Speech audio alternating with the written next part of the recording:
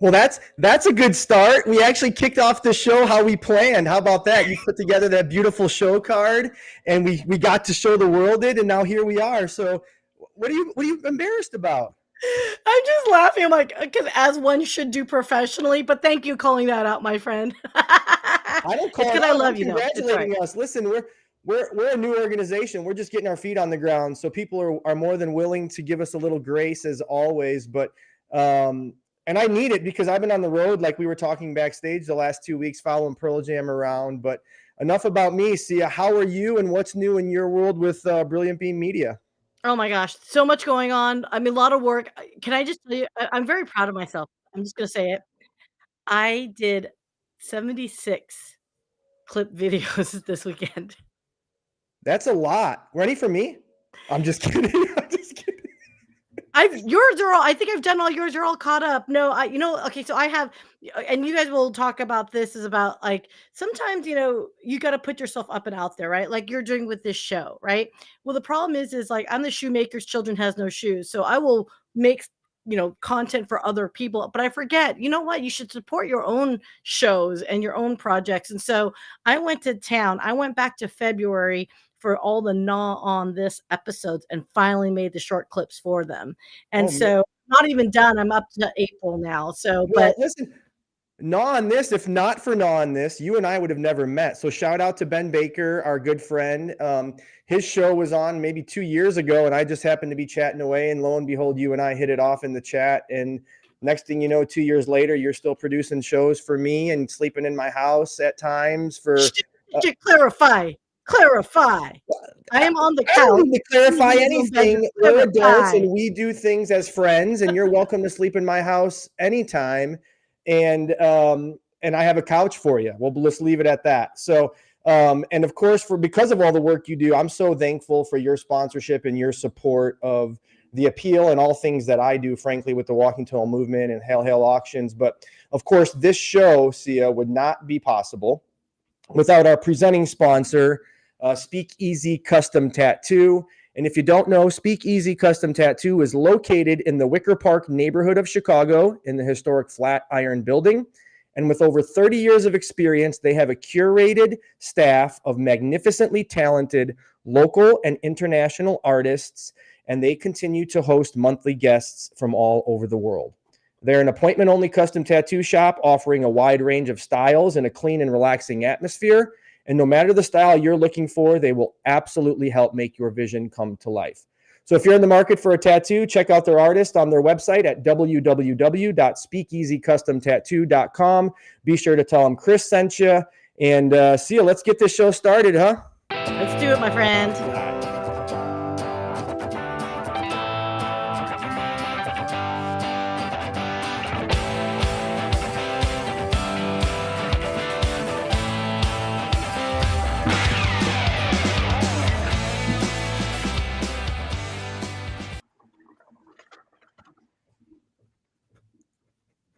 Ding, ding, look at that. Speaking of putting yourself up and out there, you didn't comment on my dapper jacket I'm wearing today. Not gonna lie to you, I was so focused on like production. But that being said, I love that jacket. Is that new? It's a newer part of my repertoire. I'm going to start wearing it on stage this coming fall for some of the auctions I do. But if you can't tell, this is a black jacket with some really awesome sequenced rhinestone lightning bolts on the what do they call these? The lapels here. So yeah, as an auctioneer, as you know, it's incumbent upon us to stand up and stand out to help raise money. So a jacket like this helps us stand out. So, do you have anything in your closet that helps you stand out? That's so funny you should mention that. So when we went to Checkpoint's CPX 2025 in Las Vegas, the Brilliant Beam Media team, we all wore two jackets, two blazers that had sparkles. One had sparkles along the sleeves, all the way down, like a full sleeve, and the other one had like more like sparkles towards the end, so a little bit more subtle. But yeah, we were sporting the sparkles for sure. You got to stand out, right? You have to, So. And that's why I'm so excited to have today's guest on. And for those that have been paying attention to what it is we're doing on the appeal for the last year or so, you've likely seen Chris Hensley, and you've obviously heard me talk about him. He's a friend. He's a mentor. He's the one who helped me get into this business of fundraising and auctioneering. And if you don't know, gosh, this was maybe 3 years ago now. I hired Chris as an auctioneer for a function I ran for a former employer. And he and I and Chris Chelios, nonetheless, the three Chris's, were standing behind or backstage, and I had just gotten off the mic doing some welcoming remarks. And Chris Chelios looked at me and said, "Hey, you're really good on the mic." And Chris Hensley said, "Yeah, you are. You could do what I do." And I kind of laughed it off. And then lo and behold, 6 months later, as life would have it, there's twists and turns and unexpected things in every aspect of our life. And I needed to make a transition in careers. And I reached out to Chris, and he's just been such a guiding light, such a mentor.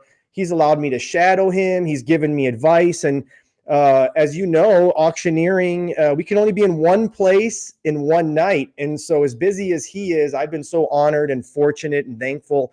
When he's already booked, he's sending other great community building organizations my way. And it's just helping grow Hail Auctions. And so I can't wait to highlight him as we have in the past. He's the one who's helped me kind of get out of my comfort zone, wearing some elaborate gear on stage. This is not necessarily who I was, but it is who I am now. So Sia, I love you. I wish you could stick around, but I'm going to bring Chris on, and we're going to have a lot of fun the rest of the show. Okay. See you guys. Have a great show, and see you later. Wouldn't want to be. Yeah, that didn't work.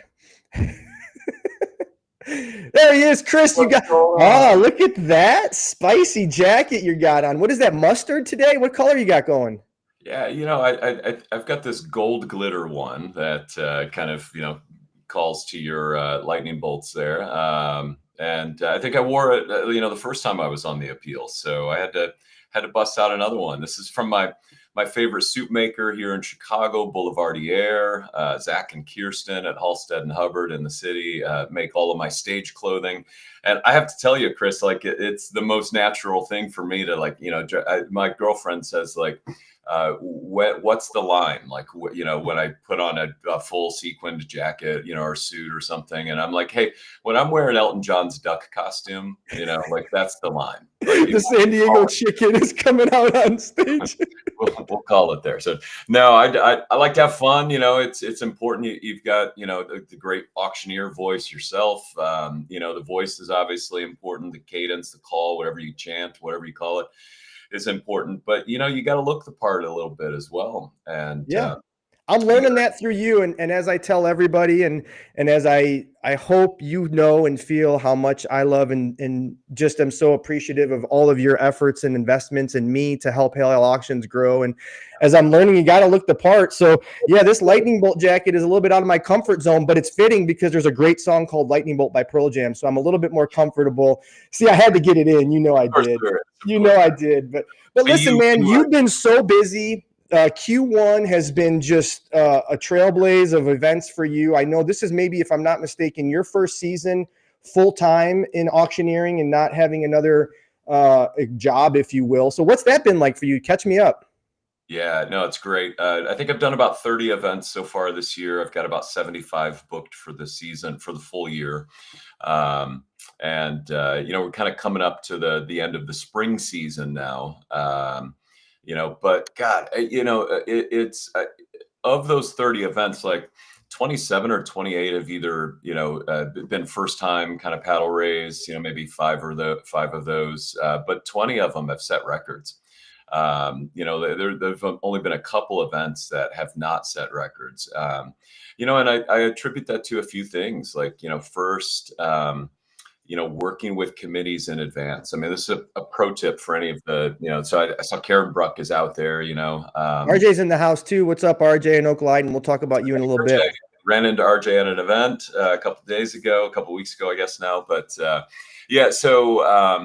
it's working with the committees in advance, making sure that the staff, the event planners, whoever's putting the event on, is focused on those table chairs, table hosts, table captains, whatever you call them, because it's a lot easier. If you've got 300 or 400 people, it's a lot easier to focus on 30 or 40 table hosts than it is on all 300 or 400 people. Mm-hmm. And it's also a lot more natural for your table host to to invite the right people, and then, you know, convince them, chat with them in advance of the event so that they know it's a fundraiser, so that they show up expecting there to be a paddle waiting on the table for them, that they've maybe even thought about, like, what am I going to give tonight, you know? And then I hope that either something I do or the organization does through a speaker or through a video motivates that person to go from 500 to 1,000 or 1,000 to 2,500 or whatever. So, yeah, you know, that I attribute a lot of this season's success so far to that.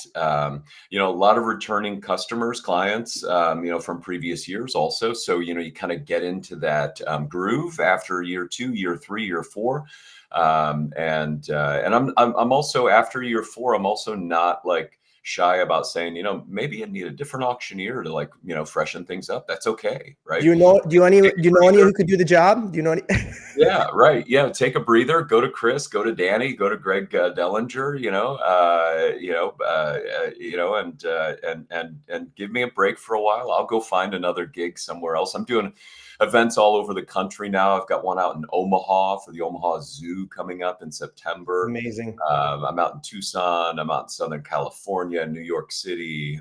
You know, so getting around. And I know you get some wings also, and go out and do some stuff on the coasts also. So it's exciting. I love the job. Yeah. I love the freedom. I love not having a day job and just being an auctioneer full time. It's what I was born to do. It's what I'm best at. So let's just lean into it. Yeah, I feel the same. You know, this is a calling that you've actually showed to me and proven to me that I could do a really good job at. And as you said, you know, what we're aspiring to do with Hail Hail Auctions, and I know you're doing the same with Bid Raise Bid, is get invested in a little bit more deeply in some of the organizations we partner with, right? That's why I created this podcast, to have some of our partners on to help amplify their mission, to help spread the word about the work that they do. And I'm finding just the same. The longer I'm invested is not the word, right? But the longer I'm interjected into the planning process of a gala or a fundraising event, the better it's going, right? The better we can calculate promotions, the better we can find timing to have them on the appeal. The right auction items can be curated amongst the two of us, things of that sort. So what I'm finding is the longer investment we're making in organizations over time, it is just that turning into more fundraising, right? And gone are the days of transactional auctioneering businesses of, hey, we need an auctioneer. Can you come in 2 weeks? Great. Here's the bill. Here's the thing. And we're done. Like, that's not paying the price anymore, huh? Yeah, exactly. You know, I had a potential client reach out the other day and said, you know, what's your rate? It's only 20 minutes. And I'm like, well, if you think it's only 20 minutes, then I'm not the right guy. Right. Mm-hmm. You know, you got to lean into the mission of the organization, because, you know, I think the people who are working for the organizations, you know, RJ, Karen, the others that are on the phone or on the call, you know, they get it. They know that there's you know, and it's important that we meet in advance. It's important that your auctioneer understand your mission and be able to, you know, get that mission across to your guests in a heartfelt way, in an authentic way also, right? And if they don't, they're just up there, you know, yelling at your audience and calling out numbers and all of that kind of stuff. Yeah, exactly right. And there are so many organizations I know you're invested and involved in, as am I. A great example for me, right, is the Rotary Club of Schaumburg Hoffman Estates. I was so fortunate long ago to be invited to speak to them about my mental health journey and the Walking Tall movement and that experience and that passion of mine. And lo and behold, it turned into, hey, you also do auctions? And we have a gala coming up. And so that organization, in essence, got to see the two different hats that I wear, the mental health advocacy version of me, and then the fierce fundraiser, fun guy that's on stage. But it really is paying dividends for organizations and for folks like us to find what I call community building organizations that we can be invested in, that we believe in, and that we can actually be authentic when we're on stage promoting their mission, right? Selling a trip, selling an autographed item, selling a tangible thing, we can do, right? But when we're invested and we're involved and we understand the heart of that organization, it goes so much farther and so much more authenticity is created. And therefore, we're both seeing greater giving from participants and attendees in some of those events, right? Yeah, Chris, I had an event on Friday night last week. This is for Cara Collective Chicago, this incredible organization that raises money to help people, coming out of prisons, get job training, get that first job, after getting back. And help them keep the job and continue to walk along with them, right? And so I did the event last year for the first time, and we set a record. We raised $343,000 in about 40 minutes, right? And this year, same number of people, same night of the week, Friday night, same weekend of the year, and similar live auction packages. No more in terms of quantity, that type of thing. In fact, I think last year we had a Morocco package that sold for more than this year's kind of big trip package. But anyway, so we did 343 last year, same dynamics. We did $500,000 this past weekend, right? And so it's just incredible organizations. I think in addition to that, kind of working with table hosts, making sure that people are ready to come and give and all of that. I think there's a little bit in the environment right now about now more than ever. Yep. Because so much is changing. RJ could come on this call and we could talk about the impact that the federal government is having on his organization and other organizations like his. And then if Medicaid, and I don't want to get too political, but if Medicaid gets cut, that's going to have a dramatic impact on pretty much every American, right? And 100%. So we're out there doing these things to raise money for small, mid-sized, sometimes large nonprofits, and it makes a game-changing difference for them. So when you can put somebody on stage that can take an event to a record one year and then raise another, $157,000 the very next year, that's gold. That's gold. Right. So just like your jackets, it's gold. And I promised those who tuned in today that we would drop some nuggets, right? And you've done just that already, talking about table captains and the preparation and involving your auctioneer earlier in the planning process, as you and I both are changing the market as it relates to that organizational standpoint from a gala perspective. But the other thing that I wanted to highlight, and I wanted to really take note of, and I'm glad RJ's here, because as we know, you were booked. You had a prior engagement for Oak Leiden's event earlier this year. I was out of the country, actually. One of the things that one of the things quitting my day job affords me is the ability to travel a little bit more. And so my daughter, she's got a day job. She works for another great nonprofit, the Joffrey Ballet here in Chicago. Awesome. And she was like, hey, the only week I can get off is the week leading right up to Easter. And, so I was like, yeah, book it. And then I looked at my calendar and I was like, oh man, I told RJ that I was going to be there. So I was like, hey, RJ, I'm not going to leave you high and dry. I'm going to hook you up with a great auctioneer. Here's Chris. And you still haven't hooked him up with a great auctioneer. He's still mad at you about that. No, what I wanted to say, and what I really want to hone in on here for a little bit, if you don't mind, is what organizations can do to make our jobs easier, right? And what I mean by that is I did a gig this past Saturday for an amazing up and coming school called Headwaters Academy in Elburn, Illinois. They're a nature-based institution promoting K through 8 as it is today. They're lifting off. They're launching in August of 2025. And their executive director, Sarah Elliott, had such eloquent words, said such great things about the work that's been done already, that folks were already like, how much more can I give? How much more can I give? Right. So like somebody in RJ, when he gives his welcome remarks, or when there's a form of entertainment that we could follow up. So to Oak Leiden's credit, they brought their beautiful choir on stage prior to me doing my job, which only amplifies the excitement and the enticement to open up those pocketbooks, as we say. So talk a little bit about that in your expert opinion. How can organizations set us up for greater success with welcome remarks or entertainment, things of the like? Yeah. So, gosh, I could go in a lot of different directions on that question, but I think the one thing that organizations can do, where they can have the most impact is that piece that happens right before the paddle raise, right?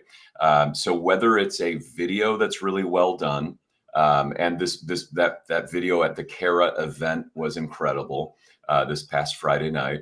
You know, and then it's like what happens in the program as that video ends, and is there anything in between when I get back on stage with my microphone and start to say, hey folks, we're at the heart and soul of our event now, right? Yep.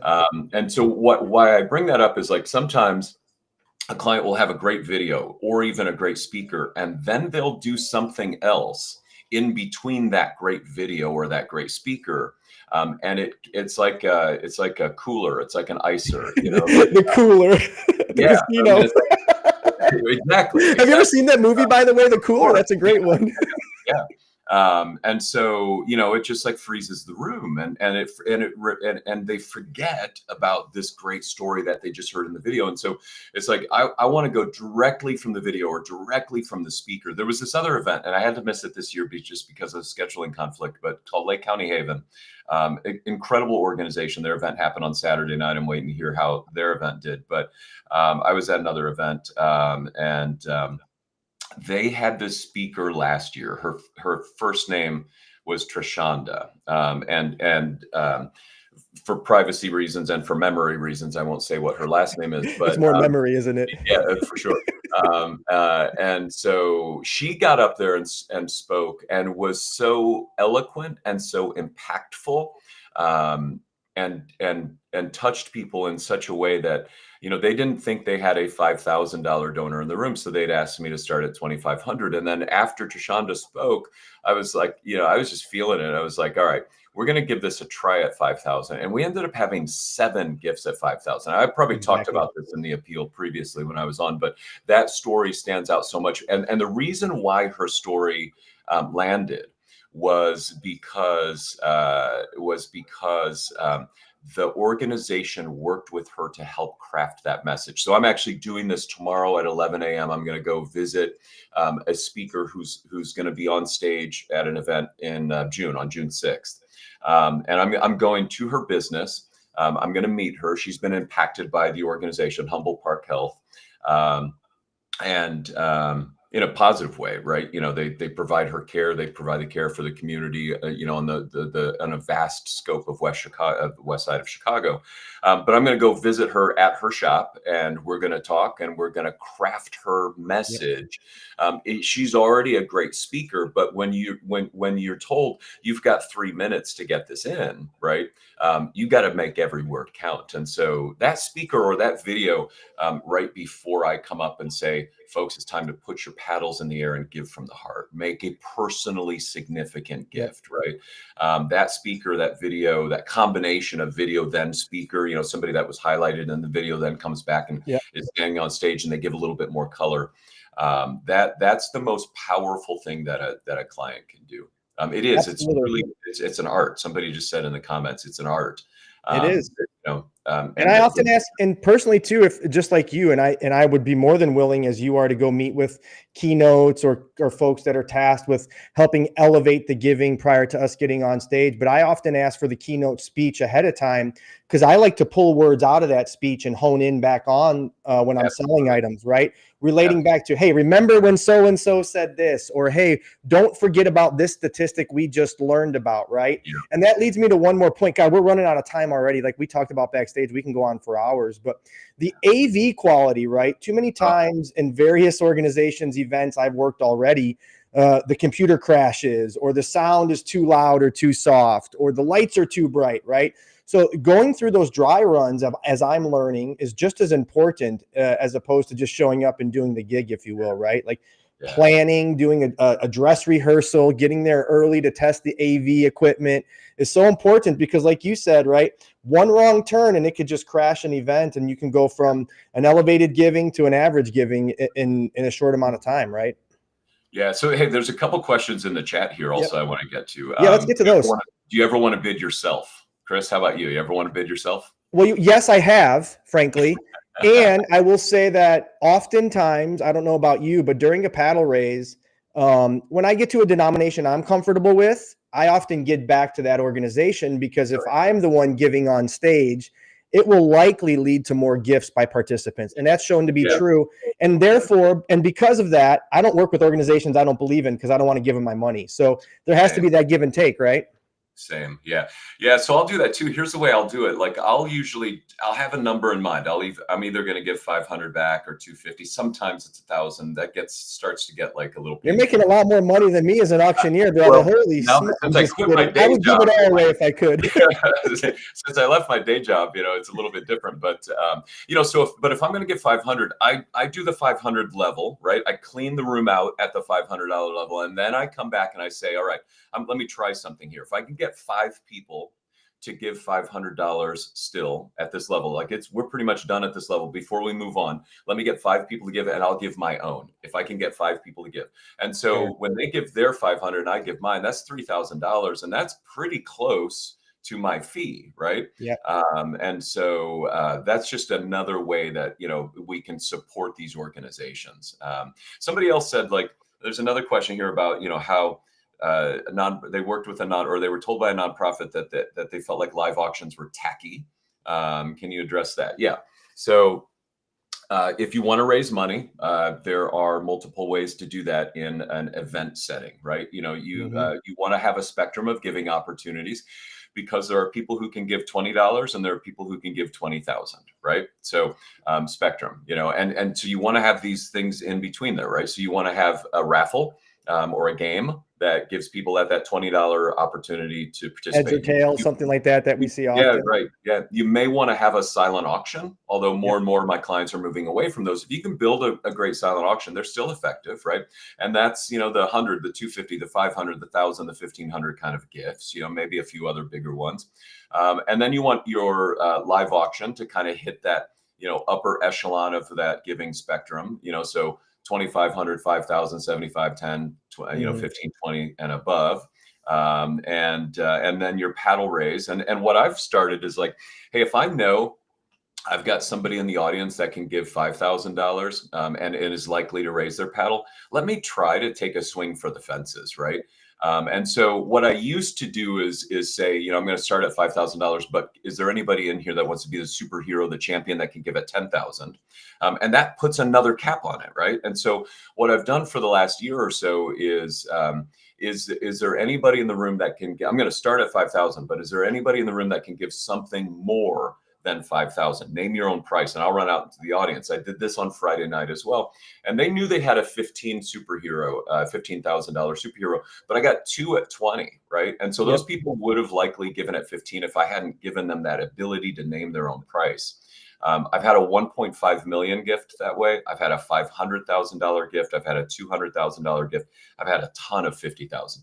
100%. And so I'll always swing for the fences, right? And if it doesn't come through, if nobody raises their paddle, I very quickly, within like 5 to 8 seconds, I will say, "Thank you for letting me try." On mic, I'll say, yes, this exactly. "Thank you for letting me try. I know the answer. It's a guaranteed no if I don't ask, so I have to ask." Right? I say the same. I'm not afraid to fail. I get on stage and I'll say, as your auctioneer, folks, I'm here to help raise money. I'm going to ask for the most. It doesn't mean you have to raise your paddle at that level. And to your point, what I often do as we wind down on a paddle raise, I like to have a lot of fun with audiences, right? For that lower denomination, I'll run around the crowd like a madman, and I'll sell high fives and hugs for $100 or $250, right? And what that does is it creates a connection with the audience, right? And as that is my last impression of the night, right? They're going to say, that auctioneer was amazing. He gave me a hug and a high five, and then the photographer put a nice photo together for it.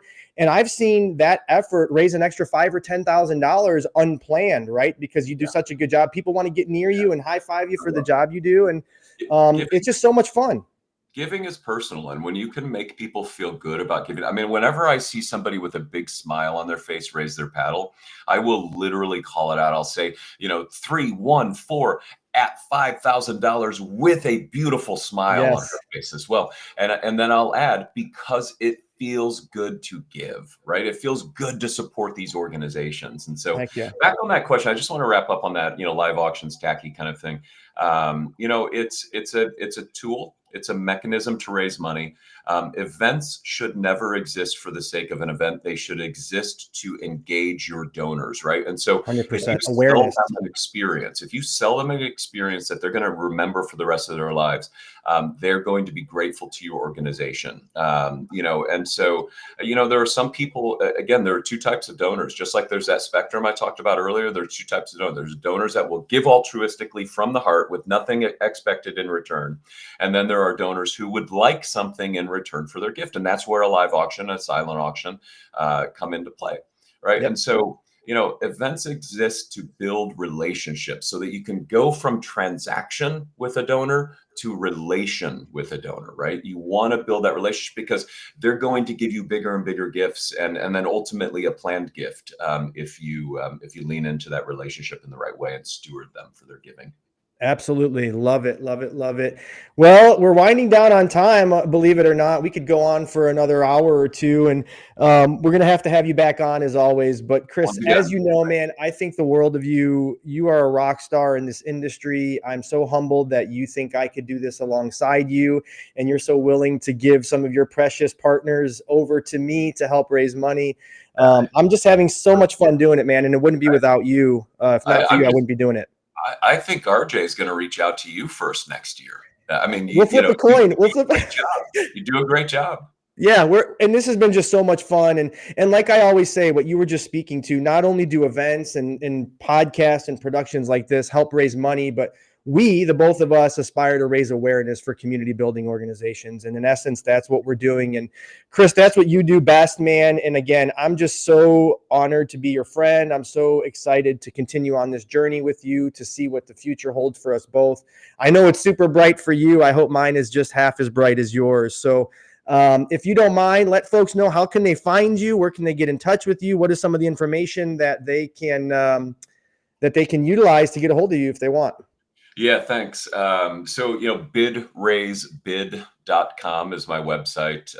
You can see sizzle reels there. You can read reviews. I'm also, Chris, you're there too. I'm live streaming this on my LinkedIn right now. I love LinkedIn. It just helps us connect with people in the social world. And then, when you see them in the real world, you can be like, wow, that was an incredible post, picture, or whatever, you're making such an impact. So, there, and then just, bidraisebid@gmail.com, and my phone number, 630-750-1045. So I'm pretty reachable. I'm ready to work. Yes, you are, as am I. And so the more business you book, the more it seems I'll have in my portfolio too. So folks, if you're interested in working with any one of us, reach out to Chris or myself, bidraisebid.com or hailhailauctions.com. We're happy to help raise awareness and money for your community building organization.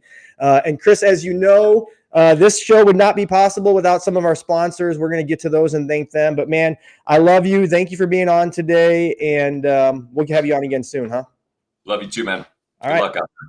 See ya. This show wouldn't be possible. We want to thank once again our sponsor, our presenting sponsor, Speakeasy Custom Tattoo in the Wicker Park neighborhood of Chicago. Patrick and Kelly are like family. I don't let anybody else but Patrick put a needle on my skin, and I got some really great artwork to show for it. So if you're in the market, please reach out to them. I'm happy to help you connect.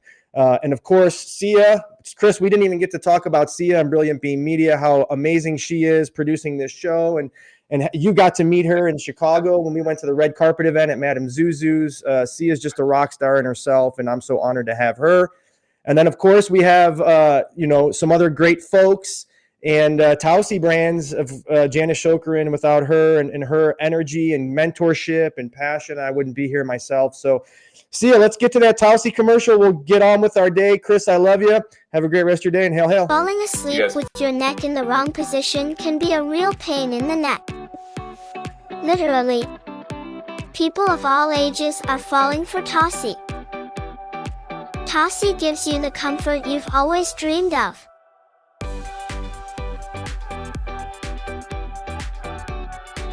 Go to TausiBrands.com and get your comfort on.